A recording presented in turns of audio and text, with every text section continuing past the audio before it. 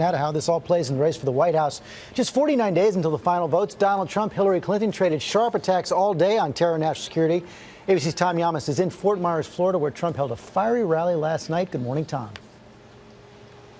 George, good morning to you. Donald Trump out with some colorful thoughts about that bombing suspect and how he's being treated right now. But it's his son, Donald Trump Jr., who's making headlines this morning.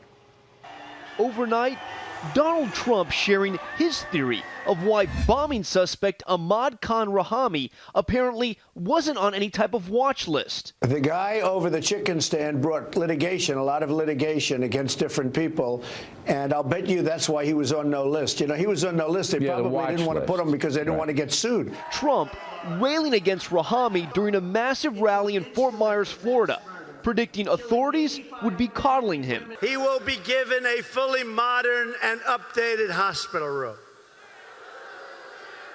And he'll probably even have room service, knowing the way our country is.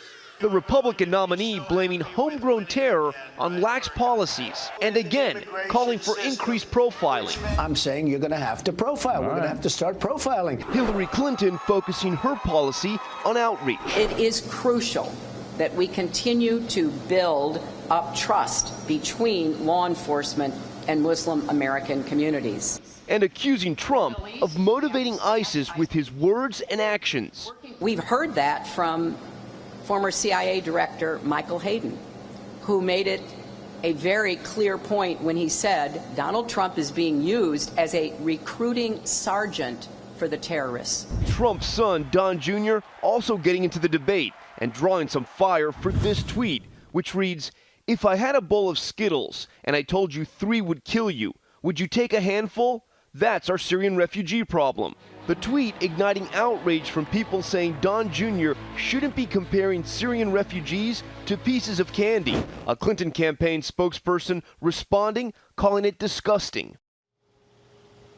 And the Mars Corporation out with their own statement this morning via Twitter. Let's put it up on the screen. Here's the tweet. It reads, "Skittles are candy, refugees are people. It's an inappropriate analogy. We respectfully refrain from further comment as that could be misinterpreted as marking." But, George, this comment and those tweets are blowing up on social media this morning. They sure are. George? A real pattern there. Okay, Tom, thanks very much. Let's bring in John Carl for more on that. So you got those tweets blowing up right there. You saw Donald Trump at the rally, and he and Hillary Clinton diametrically opposed positions on terror, yet they're close in our poll, 48% to 45%. Yeah, and Republicans always have a big advantage on the issue of terrorism, going back to 9/11.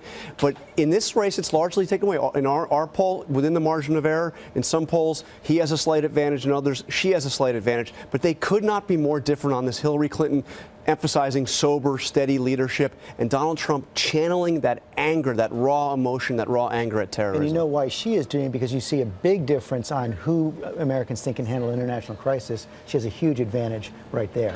She has the big advantage on the commander-in-chief test.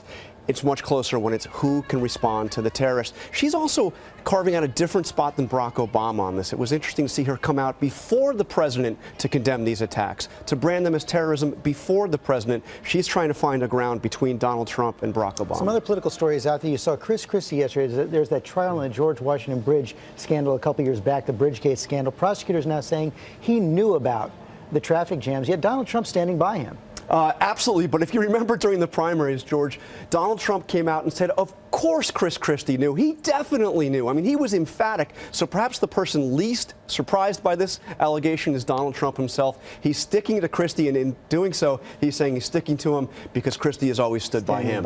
Meanwhile, maybe a big defection on the Republican side from Donald Trump. But the news is coming from a member of the Kennedy family. Yeah, this is unbelievable. The two most famous political families in America, the Kennedys and the Bushes. And this was Kathleen Kennedy Townsend, the oldest child of Robert and Ethel Kennedy, visited, there you see her, visited with former President Bush up in Maine. And she says that he said that he's voting for Hillary Clinton. Now, the interesting thing is there's no denial from the Bush family on this. The spokesperson simply says nobody overheard their conversation. And of course, Jeb Bush has said he's not has said he's not voting for Trump, but has not said he's voting for Hillary. Yeah, exactly. John Carl, thanks very much. Of course, the debate less than a week away. I'll be anchoring our primetime coverage at 9 Eastern with analysis from our whole political team.